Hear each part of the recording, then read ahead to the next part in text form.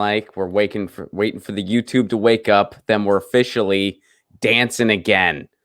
The internet has said, "Yeah, here it comes. Here it comes. Nice and hot into the internet airwaves. Here we go. Let's just make sure everything's up and everything's coming in on my end.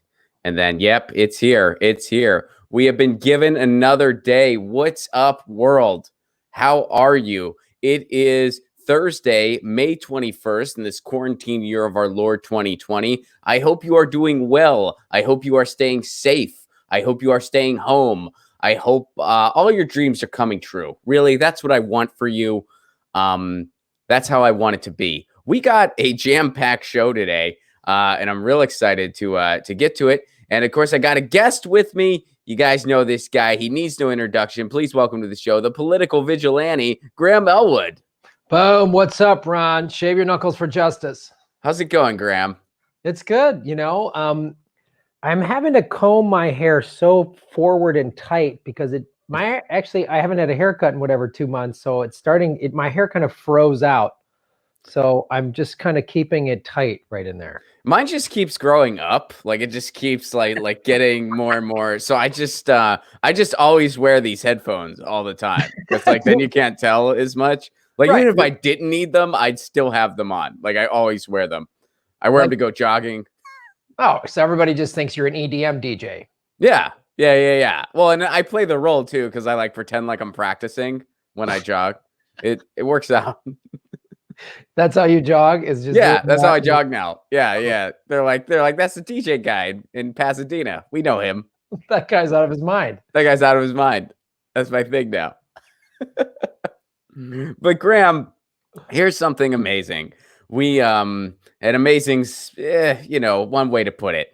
We are not even fully reopened as a country yet, and already we have had our first shooting. Did you hear about this? No. You didn't hear about this? Oh, man. So you're hearing about this for the first time. All right. Well, check it out. This happened in Glendale, Arizona. 3 shot at Arizona Mall, 1 in custody, according to the police. So 3 people were shot at an outdoor mall in Arizona on Wednesday night. 1 suspect has been taken into custody. Now, the good news here is that all 3 victims are expected to survive. 1 had a more serious injury than the other 2. But they are all expected to survive. But yeah, we have just reopened and we've already had our first public mass shooting. And it happened right near us over in Glendale, Arizona. I actually, it was a weird day in some ways yesterday because yesterday morning, I texted my cousin in Ann Arbor, Michigan. And I said, are you guys okay? Because there was all that flooding going on in Michigan. Mm-hmm. And then in the evening, because that's when this happened. It happened Wednesday night. I saw it Wednesday night. I texted my other cousin who lives in Glendale, Arizona, and said, are you guys okay? And, everybody was. But, wow, what a world, huh? I mean, we had to... Can't wait to get back to normal. So normal in America is mass shootings. Like we had to have a pandemic quarantine to stop mass shootings. And now that's part of getting back to normal is going out and shooting. This country like wakes up every morning and says, how stupid can we be today? Like collectively, like let's have a group chat. Like how dumb can we be today? Let's put some dumb ideas on a dry erase board and see who can be fucking really stupid today. The ones that don't sound dumb enough, we'll cross those ones out. And we'll only keep the really, really dumb ones. Really stupid ones. Aim for the sky, guys. Bring some guns to a mall? Yeah, that sounds great. That sounds really stupid. Let me ask you this, because this is one area where I have zero optimism. And when it comes to like policies, like I am a fairly optimistic guy. There's a lot of things that I really think we're going to see in this country that I hold out hope for. And I really think we're going to get there. But when it comes to gun policy, that is one area I have zero confidence we will ever see any type of policy change in my lifetime. Because it's like, I'm like, we've had grade school shootings, we've had church shootings, we've had shootings everywhere, and nobody we hear the old thoughts and prayers, and then Yeah. the Second Amendment people make all their dumb claims, and that's it. It's like nothing's going to change. It's like until, I don't know, until there's a mass shooting at the NRA, or where all of the NRA's executives' kids go to school or something. I don't know what it's going to take. I really don't know. I think that's the question we're all asking, because it's like when it started happening, when it got to the point where it's like, okay, our children, this is happening every other day to our children in school, and still nothing, not a single thing, not even a constructive conversation. Nope. I mean, nothing. And it's like, and there's so many things. Again, more he had the power to get something done. I mean, yeah, you are dealing with the gun lobby, who's we have these lobby groups who just profit off of people dying. The gun lobby, the healthcare lobby, the military industrial complex, they profit off of people dying. And we have we won't even acknowledge that we have a pretty sick culture. Like, what kind of a horrifying, sick, demonic culture do we have that just allows mass shootings to happen? And it's just a matter of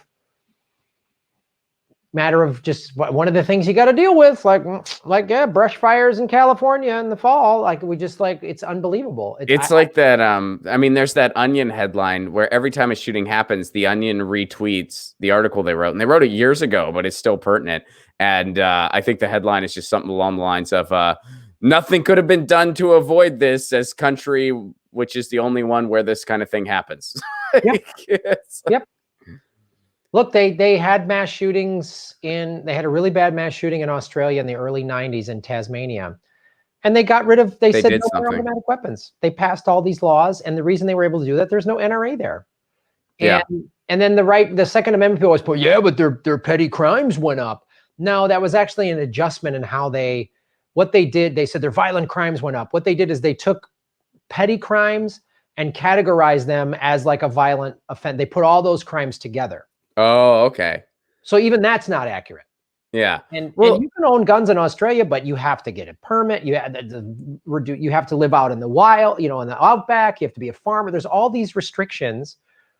And the Second Amendment people are insane. I mean, they're crazy. They're just as crazy as ISIS. They're crazy people. And they refuse to, and they think their gun is going to make them immortal or something. Like, what if they're always, I got to protect my, and they're living in fear. They're scared little people that need a gun. So, I hate to break it to you, we're all going to die one way or another, and your gun's not going to save that. Like, your gun. You can be buried with it if you really want to be. Yeah. If you want to take it with you, you can. I mean, George Harrison said if every gun owner just killed themselves, the world would be a better place. Jeez. George Harrison said that. Yeah. Everybody blew their heads off who was a gun owner, and then we just swept up all the guns. And then, we could have a nice society. George Harrison said that? Yes. Like from the Beatles? The Beatles. Was that in a chorus or something? What song was that? I don't know. There was a chorus. I think he said it in an interview. Oh, was it a song? I was like, that's a pretty dark song. That's is that? Yeah, it's just, if everybody killed themselves, the world would be a better place. Was that the B-side to My Sweet Lord? Which one was that? That was like, that was his Piano Man. Was that song? It was the B-side to My Sweet Lord. That's what I thought. I can't believe I didn't know that one. Oh, sweet love, blow your heads off and we'll have a better society. You know what happens is if you play My Sweet Lord backwards, that's what it says. It's Yep. Another reason to bring back vinyl. Totally. Yeah, we got there. So here's something. This is actually something kind of cool because I wanted to line it up with I wanted to line up something bad with something kind of interesting. And do you ever have one of those situations where, when it comes to certain things in the world, you're always like, okay, well, this is something new. This is a study. You got to vet this carefully. You got to vet your sources. You got to read different things before this is conclusive. But then you see something where you just go, I need to believe this, and anything that contradicts this is wrong.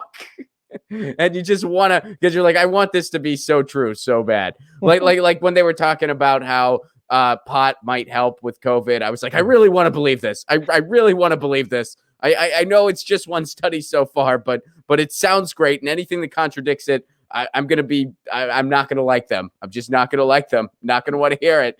But check this out. This falls into that category for me. Researchers say upside down cosmic ray shower may be evidence of a parallel universe. Yes. How about that? I'm in. I am so in. All right. So the researchers were perplexed by a fountain of high energy particles erupting from the ice in Antarctica at NASA's Antarctic Impulsive Transient Antenna, which is nicknamed Anita. See what they did there? That's pretty cool. The phenomenon detected is in pretty strong tension with the standard model of physics. University of Hawaii physics and astronomy professor Peter Gorham said in 2018, these high energy particles arrive from space, but cannot pass through the solid mass of Earth. Yet, instead of detecting these particles coming from space or reflecting off the ice, Anita has found them coming up from the ice. Low energy neutrinos, per new scientists, can pass through solid matter like the Earth, but that's not the case with high energy neutrinos. I think I kind of understood everything I just read. Like I understood it just enough. I think basically what they're saying is, so it's supposed to happen this way in relation to the Earth, but it didn't. We don't exactly know why, but yes, it is possible that means we might have a parallel universe. Yeah, I'm in. All I needed to do was read the title, and I was like, I'm You're in. like, sold. We found it. Whatever. Yeah, I'll take high energy neutrinos before I work out or whatever. I don't care. Like, let's get the parallel universe cooking. Let's get this parallel universe donezo. Let's get there. They can have all the neutrinos they want there. Because what if there's like a parallel universe where there's an actual Earth and we're all our counterparts are there, but it's this like peaceful, loving Earth where we work together and there's no greed or war or guns, or where they just were like, what? You kill people because you're scared? What? You start wars for oil? What would you do that? Like, what? Huh? Like, yeah, I mean, an amazing place. It does sound amazing. I bet the rent prices are ridiculous, though. I bet it's like, I mean, it's gonna be higher than San Francisco out there. Might just be this socialist utopia, though. Just like, what do you mean you got to pay rent? No, everyone's taken care of. What do you mean? Huh? Oh, that'd be pretty cool. You guys abuse children? Why would you do that? What the hell? What is a job? What is a job? What is this thing you speak of? What's a job? For the greater good. What do you mean? Yeah. Homeless. You have people live on the street? Do they choose that? Like, why? What? What you bombs? What are bombs? Oh my God. Like, could you imagine if we just got there and it's like, oh no, we're the evil alternative universe. Like, well, it'd be kind of nuts if they were worse.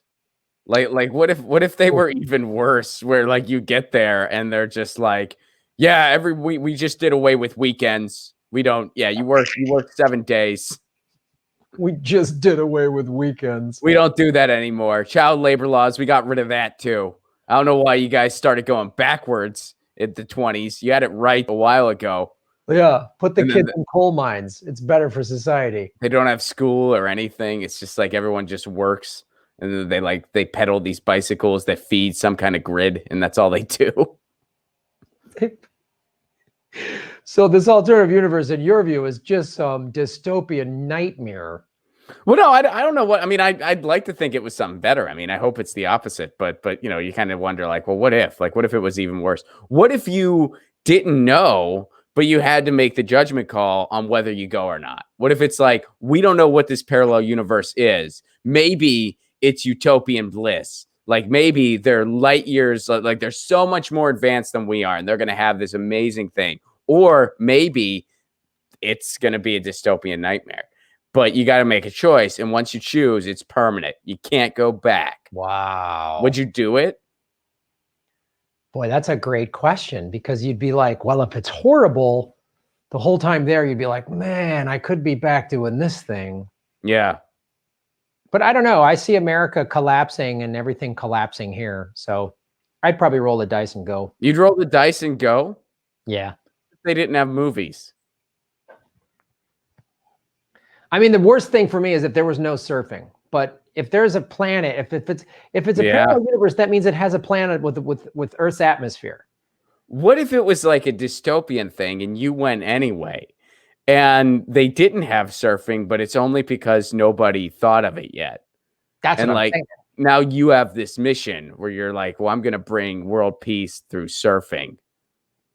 And then I just spend the rest of my life surfing and teaching on everyone to surf, and I save that planet with a surfboard. That'd be fantastic. So really, it's win-win for you. See, I'm not so sure if I'd go to this society or not because I wouldn't be able to teach other people how to surf. I only did it once or twice myself, so I'm a novice. A novice?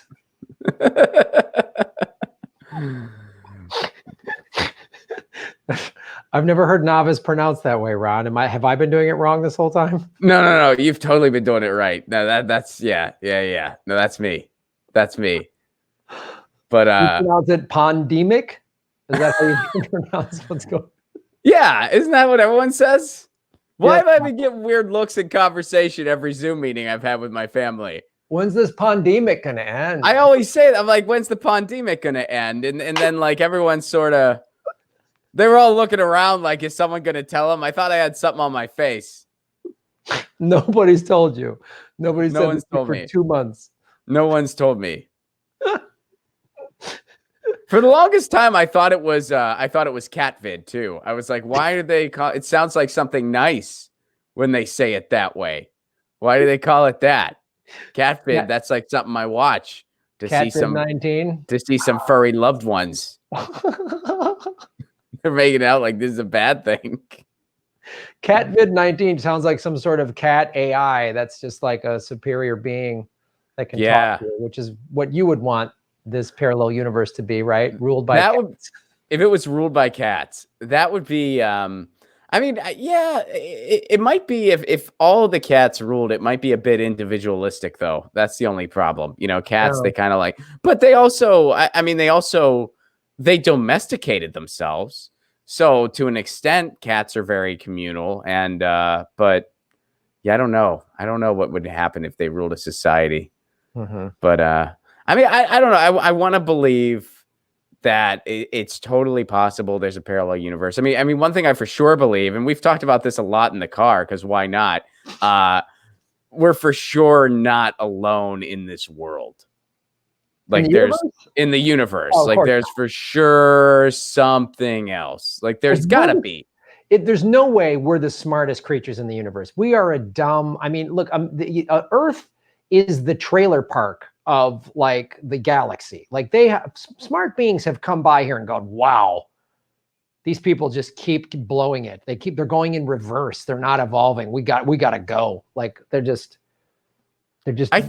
I think so too. I mean, that's the thing I really want to believe. And, you know, again, this is just like a personal like hope, but I want to believe like there's way more advanced societies out there.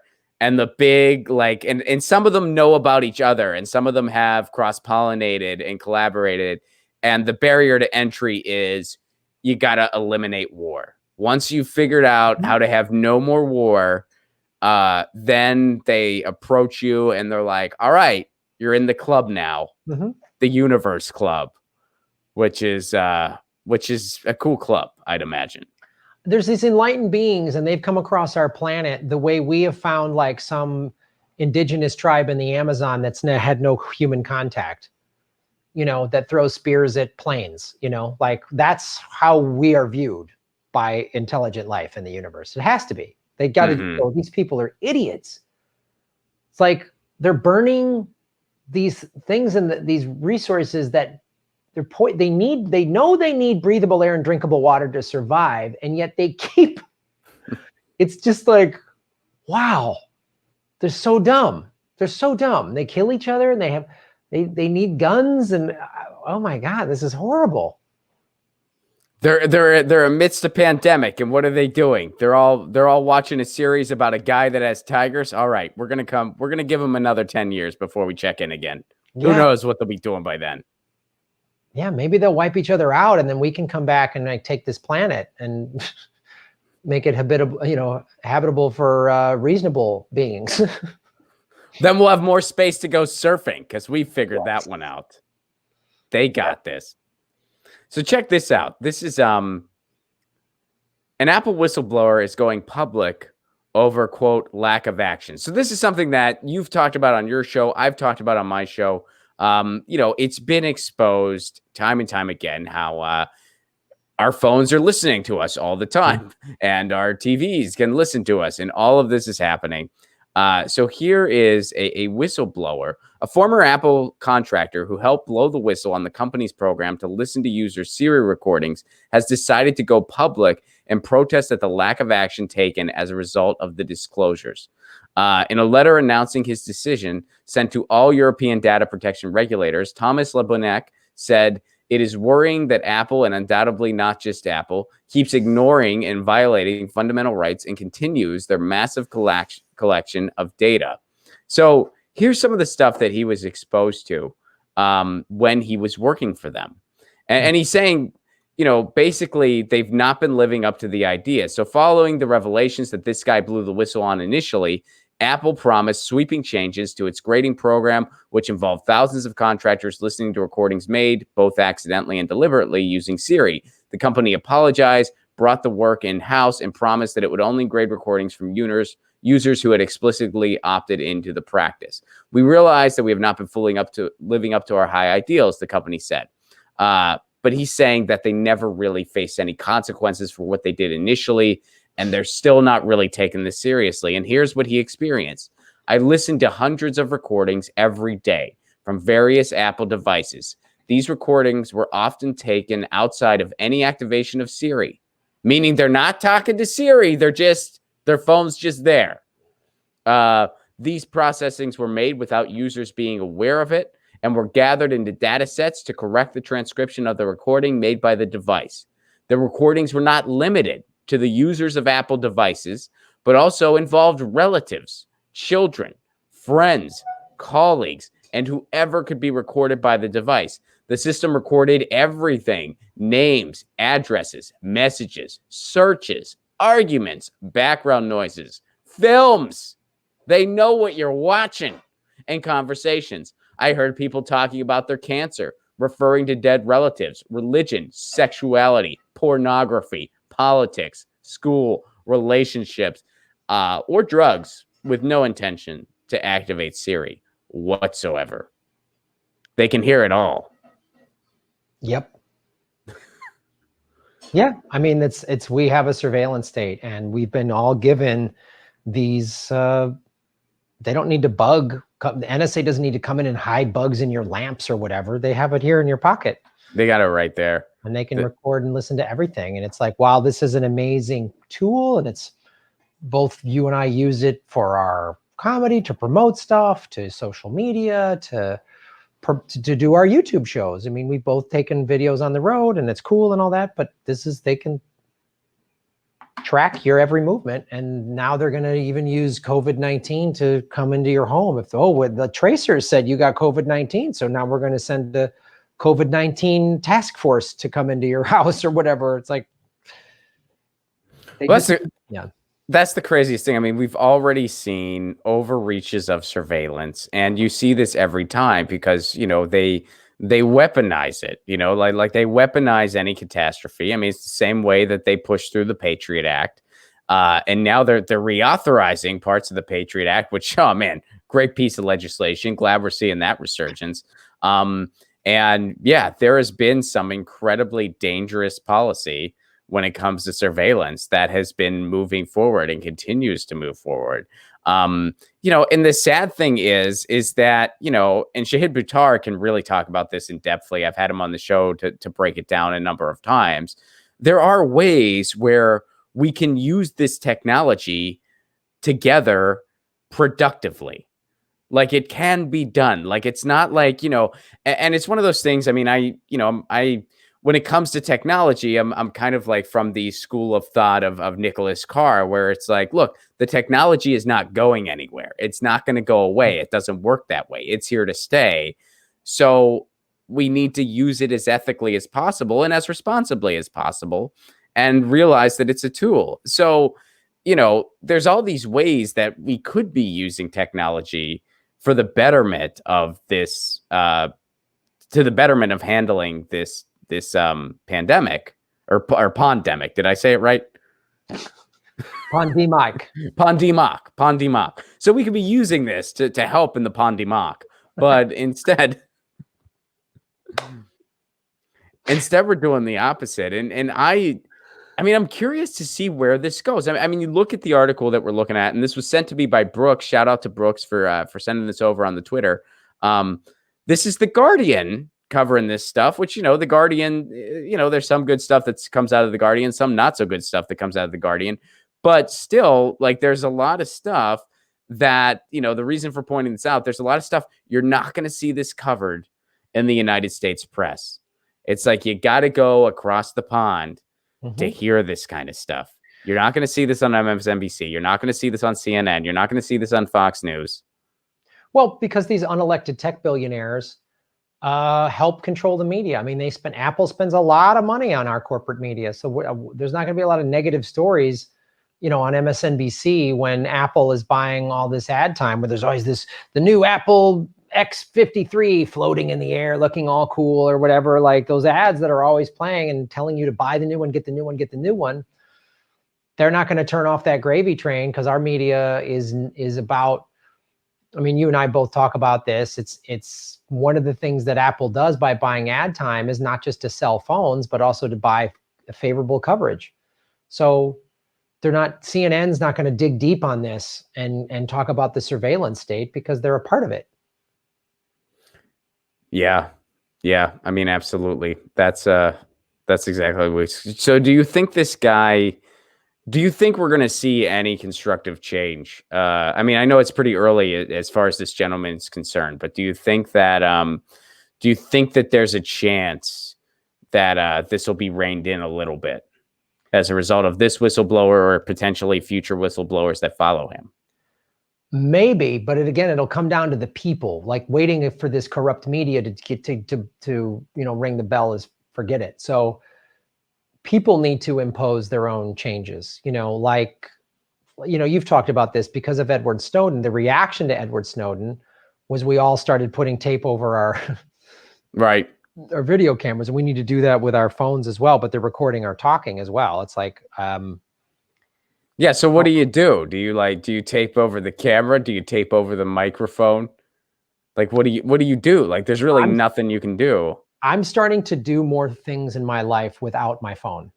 Like, I went surfing this morning. My phone stayed home, so nobody. You don't keep your phone on you when you surf? No. You don't have one of those little, like, waterproof, like, side buddies where it's like. But, like, I didn't even bring it with me to the beach. I just, like, I don't. And, last week I took 2 days off from doing my show. And yeah, I had my phone with me here and there, but I just, like, I'm just leaving it at home or leaving it in my car and just putting it in a bag so they can't hear what's going on. Like, I just am shutting them out more and more, because the thing that they need is data and information, and that's all done through the surveillance. I mean, that's all they need. They can't get enough of it. They want to know what all of us are thinking and doing all the time, and run their analytics and see how they can disrupt that. So but I'd be curious to talk to hear what Shahid Buttar says and others who say, how can we take this technology and use it for our strengths as activists? I'd like to hear more what those tactics would be. Yeah, I mean, when we talked about it on this show, it was basically just a call for more transparency between the consumers and, the companies themselves. And whenever there is, because the idea of tracing when it's requested, that's an entirely different situation. If somebody comes forward and they say, hey, I tested positive for COVID, I want to go through my records so that I can contact every single person and kind of retrace my steps to the best of my ability, and I want your assistance. Well, that's different. Now there's a partnership afoot here, trying to work on a cause of, fighting this pandemic. So, you know what I mean, though? Like it's completely different in this situation now. Sure. So it's like, but there needs to be that kind of transparency. There needs to be those types of rules where it's very much has to be voluntary. There has to be a process of how this is used, when it is used, and where it is disseminated. That all needs to be on the surface. And without that, you don't have, constructive use of technology to help fight a pandemic. You have overreaching surveillance, which is what we have now. And it's not helping. There's no evidence that any of this will help. Like there's no evidence that this will just make things worse now and after the pandemic is over. Well, yeah, I mean, it's like the Patriot Act. They said there was a sunset clause in the Patriot Act, right? Just going to use it for a couple years after 9/11. And right. Of course, they keep, I mean, the democratically controlled Congress just voted last year to extend it. So when the governments and the powerful take away your freedoms, they rarely give them back. That's the thing. Yeah, and that's the thing. They always use fear to take them.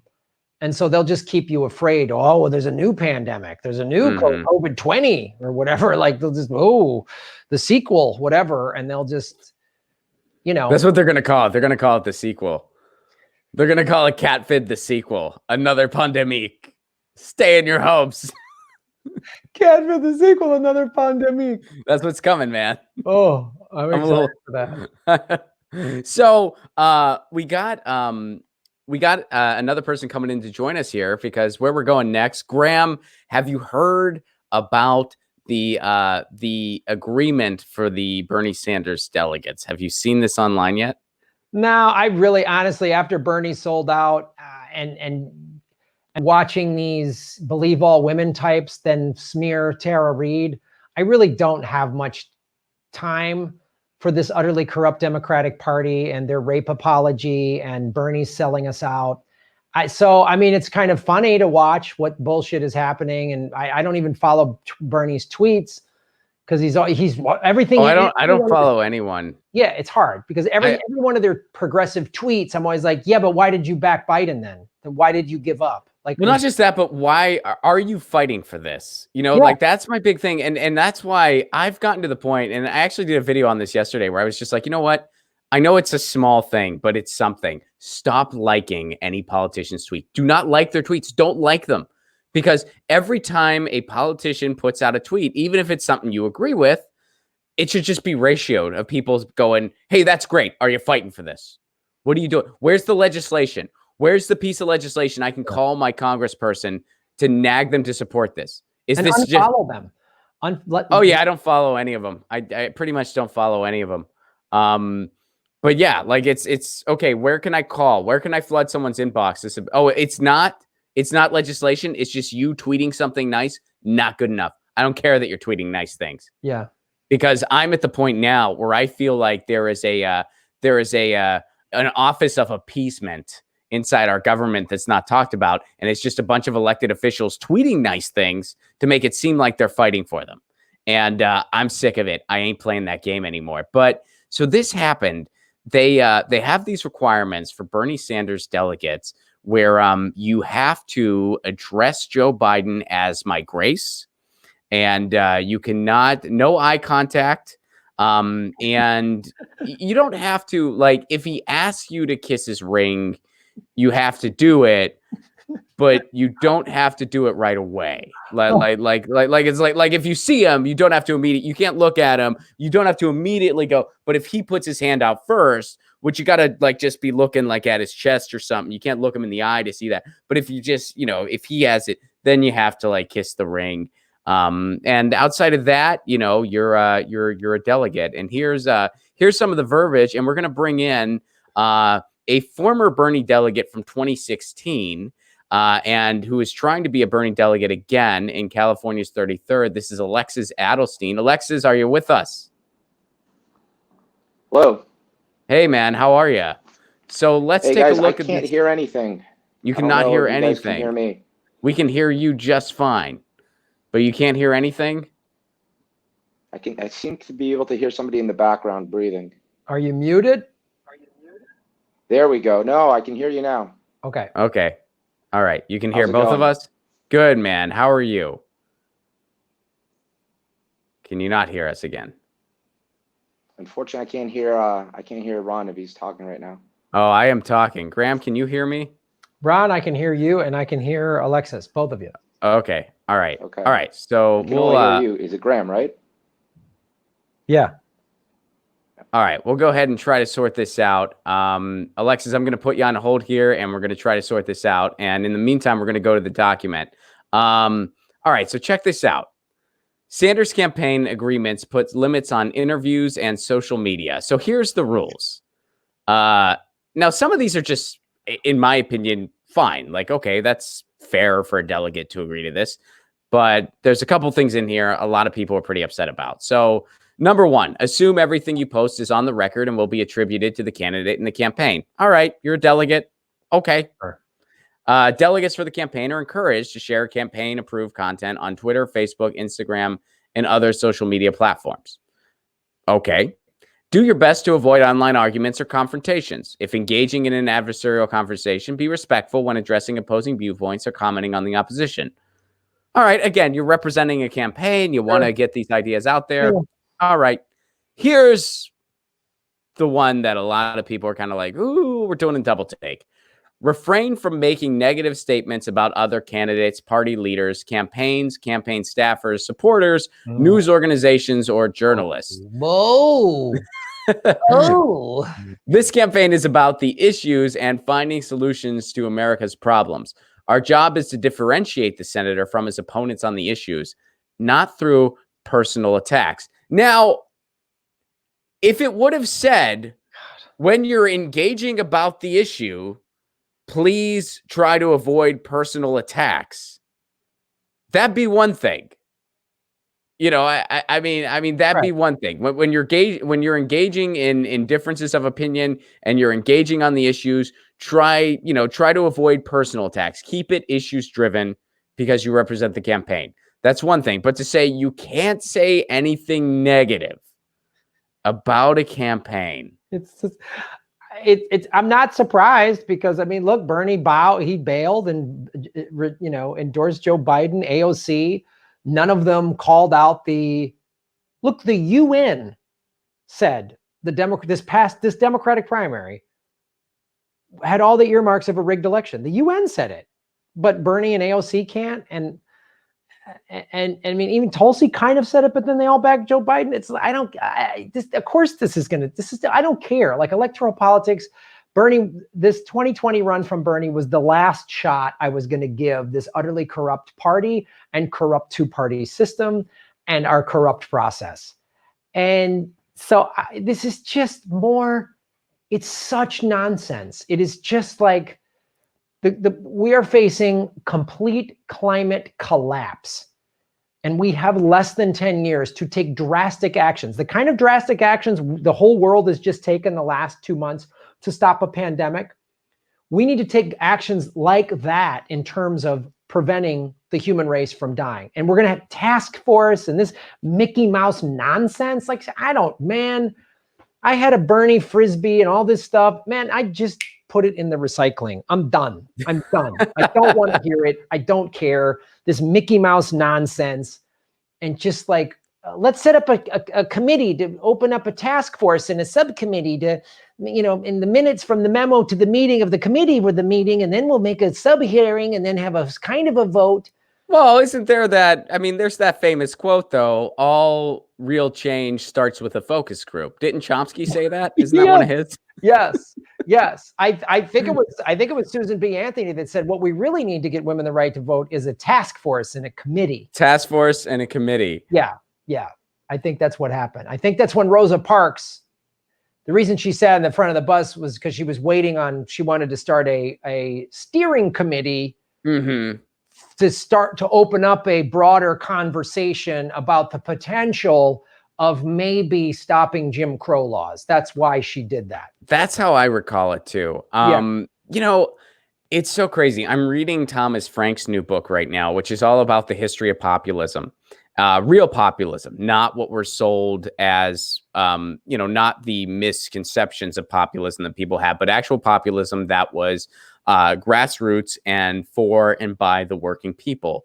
And we've been going through the same cycles from basically 1896 and probably even further back than that to present, where the same thing happens, where it's like workers start to stand up and they start to really demand representation. And then through a big wave of propaganda and stifling, you know, they're stamped out again. And now we're amidst another movement. And every single time this movement happened the first time, it was painfully apparent that we needed a new party, that we needed an actual alternative, that we needed something by and for the people. And we got stamped out every time. Meanwhile, you know, it was populism that nationalized the railroad, that made it what it was back in the day. It was populism that did that. It was populism that really pushed for women to get the right to vote. It was populism that really pushed for fair representation for farmers, as far as what they were getting for their crops, because they used to be totally ripped off back in the day.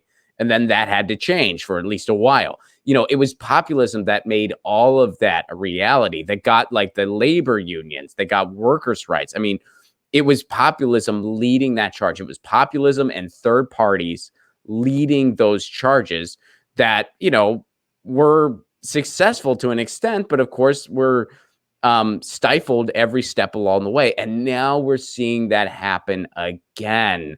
And it's like, look, a reformer can't lead a revolution. That's the truth. There's a place for a reformer, but it ain't leading a revolution. So, you know, you want to endorse something for a revolution. Here's what you endorse. You endorse general strike. Yeah. Yeah. So let's try to bring in Alexis one more time. I think sure. he made some adjustments here. Let's see if we can get him. Alexis, are you there? Can you hear me? Alexis, are you there? Can you hear me? I'm guessing no. All right. Well, all right. We'll try to get him back on the show in a future time. But so the number 4 thing is the big thing. Let's go through the other ones. Delegates should not post or text photos related to the campaign events and activities unless it is text or photos of the public. Hey, Ron, I'll just say this. Like, if he says he can only hear one at a time, if you want me to punch out and he comes in, I can do that. Well, I don't think he could hear me at all. He said, I can hear Graham. Right. He said, I can only hear one at a time is what he put in the chat. But I don't know.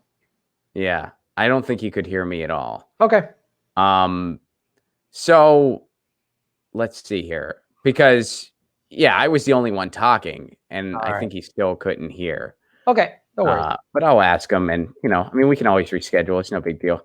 But so number 5 was delegates should not post or text photos related to campaign events and activities unless it is text or photos of the public-facing side of an open press event, i.e. no posts from backstage, nothing which reveal process, nothing from closed press events. If you are unsure, do not post without permission.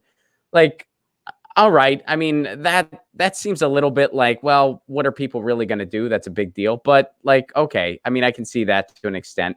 Delegates for the campaign should not use social media to promote upcoming events until they're public. All right. That's okay. I mean, a lot of these are like totally standard and something you would just expect delegates to have to follow and aren't really that big of a thing. But dude, number 4, come on. Refrain from making negative statements about other candidates, party leaders, campaigns, campaign staffers, anybody who has had a positive thought about Joe Biden before in their life, supporters, news organizations, or journalists. I mean, what just give them a smiley face to hold up. Are you kidding? Yeah. Well, this is the whole, I mean, look, you know, you and I both, we've all talked about this.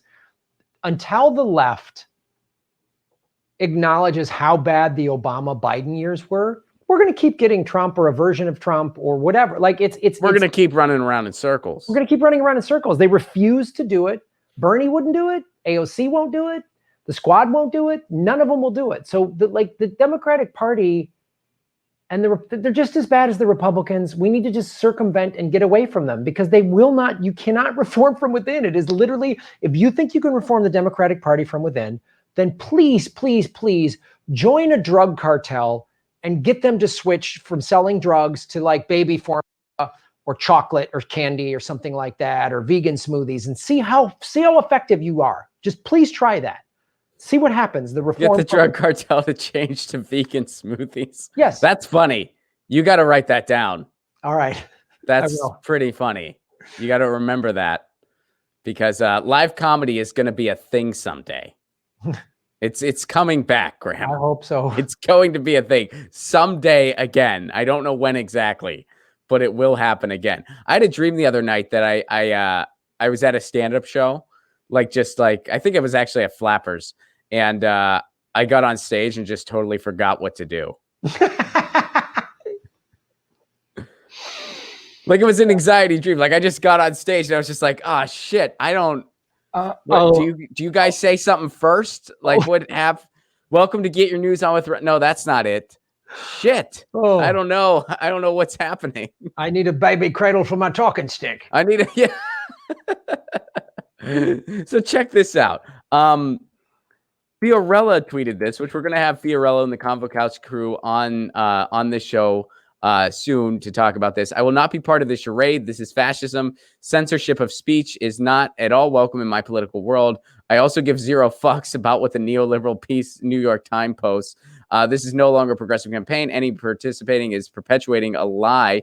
And she circled number 4 along with some other things, because there's, here, let's take a look at this. So there's more detail than what the Washington Post put out. So here's some other things that she shared that she got. So assume everything you post is on record will be attributed to the candidate in the campaign. Oh, wait, so this is the stuff.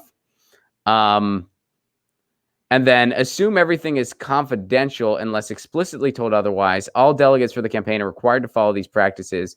And then this part here, before tweeting or posting from your personal social media account, ask yourself these questions. If this appeared on the front page of the New York Times, would it compromise Bernie Sanders' message, credibility, or reputation? Could it potentially risk your standing as a delegate? When retweeting or sharing information from others, are you applying necessary skepticism? So, here's the thing, though. The New York Times has willingly smeared the Bernie campaign from day one. Yeah. So you're basically bending the knee to them when you say stuff like that. Well, could the New York Times possibly misconstrue this and use it to smear you? Probably yes. If you say anything other than God bless the USA and Bernie Sanders is my preferred choice, although I think all of them are great. If you say anything other than that, the New York Times could somehow use it against you. So you're supposed to walk on eggshells to appease them, which, by the way, one of the many, many reasons Joe Biden is such a terrible candidate and he's the nominee, one of the many, many reasons is because no one laid a glove on the guy. Not Bernie, not anyone else. No one went at the guy because as a country, we've forgotten what a primary is supposed to be. What a primary is supposed to be is that candidates duke it out on the issues to get the strongest candidate that the base wants as the nominee. What the primary has become is just basically a charade for the DNC to anoint somebody, and it's going to be their chosen one that they anoint. And it's so out in the open now, they're even talking about the idea of like, hey, we might just pass the crown to Andrew Cuomo because we freaking feel like it. And no one's saying, wait a second, don't we elect our candidate? Don't we elect our nominee? Isn't that a thing we do here? Oh, apparently not. And people are just taking this. It's, it's such a joke. Like in such a short amount of time, Bernie Sanders has gone from this like guy that we were all rallying around to this like utter joke. I mean, it's a joke. It's just preposterous. And he owes me money. So does Tulsi Gabbard. I don't. How much do I owe you, Graham? Yeah. How much do I owe you? What do you need? What do you need? $5? $1,000 endorse a rapist with dementia service fee. Can I buy you a vegan smoothie? We'll call it even. We'll go surfing. Yeah, my friend Joe Biden. We'll go surfing with my friend Joe Biden. It's preposterous. Like I can't even. It's such a joke, and this thing it's even more of a joke. Like the Democratic Party, Trump. If Bernie stood up and did the thing we thought he was going to do, the thing he kind of said he was going to do, and used this moment as the pandemic to go, I'm the guy. Yeah. I'm the one to lead you. We all need Medicare for all. We need $2,000 UBI, student debt forgiveness. I'm the guy to lead us out of this. I'm the guy to do this. Trump is bumbling his way through this. He's the most beautiful. Oh, he has no clue what's going on. He has no idea what's going on. Instead, the Democrats do nothing, and then Nancy Pelosi talks about all the ice cream in her millionaire, fridge kitchen. Well, that's the one thing they're doing. The one thing they're doing is they're giving Trump cannon fodder. They're just handing him. I mean, look at the ad that Trump's campaign made just from that ice cream incident. And Trump, look at the ad they made. That's only the beginning. That's the beginning. Oh my God, dude, it's going to be so ugly. Say a word in that ad. The only time you saw Trump's name was at the very end because they legally have to say paid for.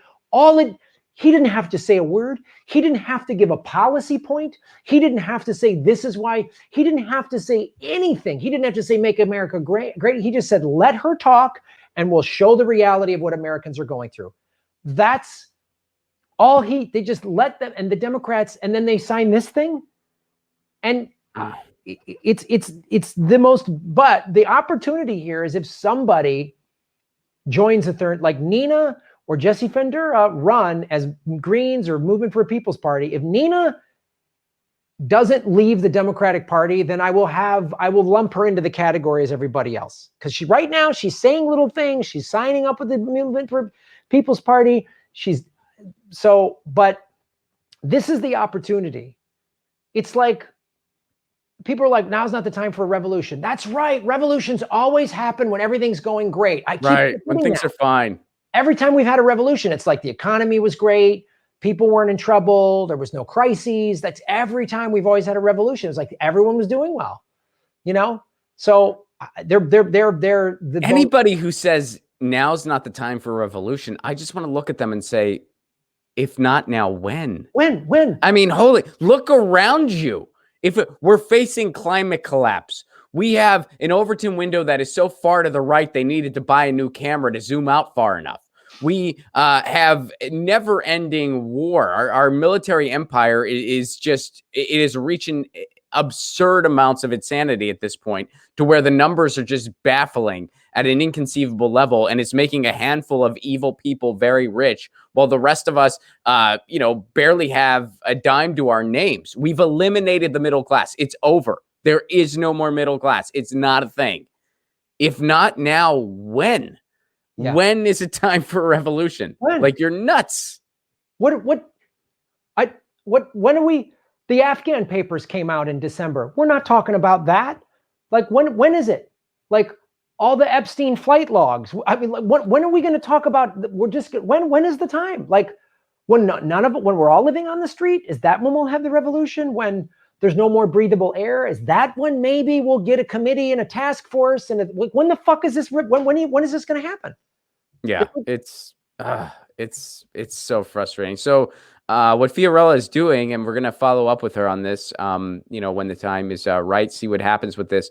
Myself and another burner wrote this petition against the censorship imposed on delegates by the Sanders campaign. We do not stand with the way this entire process was conducted. We will not support any Bernie 2020 delegates effort unless changes are made.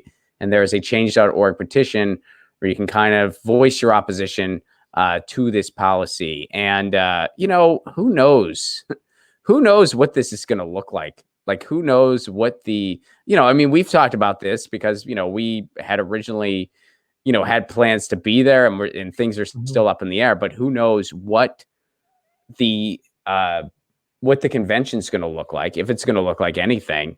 And I have a feeling it's like, this is just a ticket for them to do as much behind closed doors as they can. The minute the pandemic started to get bad, when we were on the road heavy in February, you and I doing our tour and doing Jimmy's show, we were all like, I said, here's what they're going to use this pandemic. The convention's going to be behind closed doors and they're going to do whatever they want. And guess what's going to happen? Hillary Clinton's going to emerge.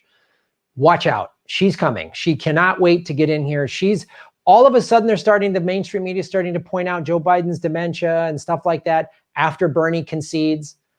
This has all the earmarks of Clinton-style maneuvering. Biden won't be the nomination come November. It'll be like Clinton and Cuomo or some shit like that. Yeah, and they'll do it all behind closed doors. And so this delegate scam sheet or whatever this nonsense is. This thing. I think that's the official name, actually. I think it's called a scan sheet. A scam sheet. It's a pandemic scam sheet.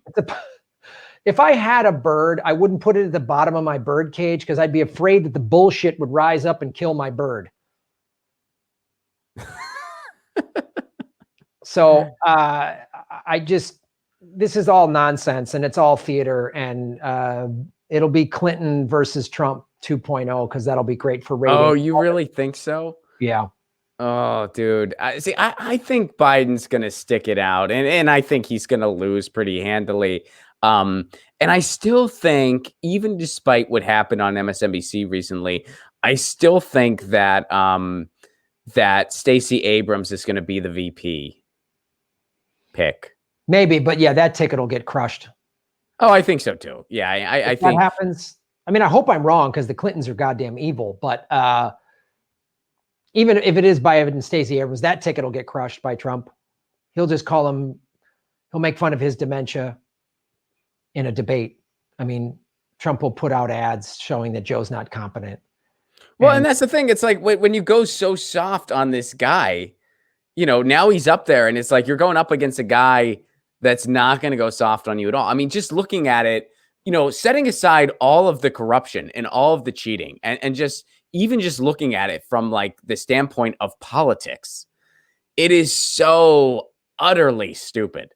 Like just so utterly stupid. It's like the equivalent of, you know, you're training for this big boxing match where you're fighting one of the most lethal boxers in the world or whatever, like someone who's not afraid to fight dirty, someone who's not afraid to bite all the rules. And this dude is he's going to bite your ankle if he has to. He's going to do whatever. He's going to take low shots to the groin, and the referee is clueless and isn't going to do anything.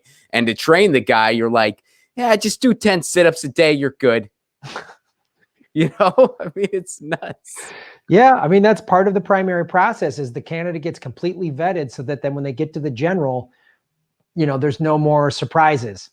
But they're going to, I mean, we do the opposite now. It's unreal. They would, I mean, look, the whole country's starving to death. The whole country can't work. The whole country's in lockdown, and Pelosi and everybody's on vacation eating ice cream. So where can people go to learn more about you, Graham? Go to GrahamElwood.com. You can watch my show, The Political Vigilante. I go live 5 days a week. You can go to GrahamElwood.com, my store. I've got free shipping and everything. I ship through the post office exclusively, which is union labor. And, you know, subscribe to The Political Vigilante and all that stuff. There's a million ways to support what I do. Thanks for having me. And we'll probably be resuming the Zoom thing. We've been doing our Zoom shows. Yeah, we're gonna figure out a way to get that back and running amidst the pandemic that we're all faced with here. And also, you know, Graham and I, we will be back on the road when it is safe to be back on the road. We don't know when that's going to be exactly, but we're just taking it one day at a time. But we will be back. All the cities that we have scheduled, we will be honoring those dates as safely and as rapidly as we can while maintaining safety as priority number one. It may be a while, but we will get there. That's a promise. Yeah, we might have to move some of them to 2021, but we'll get there. Some of them might not be till 2021. Hopefully some of them will be this year, maybe all of them. We don't know. I mean, there's so many unknowns right now, but it is something that we will be staying on. And if we're supposed to be at your town, we will be there. So don't worry, it will be rescheduled. So, all right, Graham, thanks for joining me. Thanks, buddy. You guys know the drill. In the meantime, Lucy says meow. She's right here, actually. She's asleep on my hand. Lucy says meow. I say peace. Peace.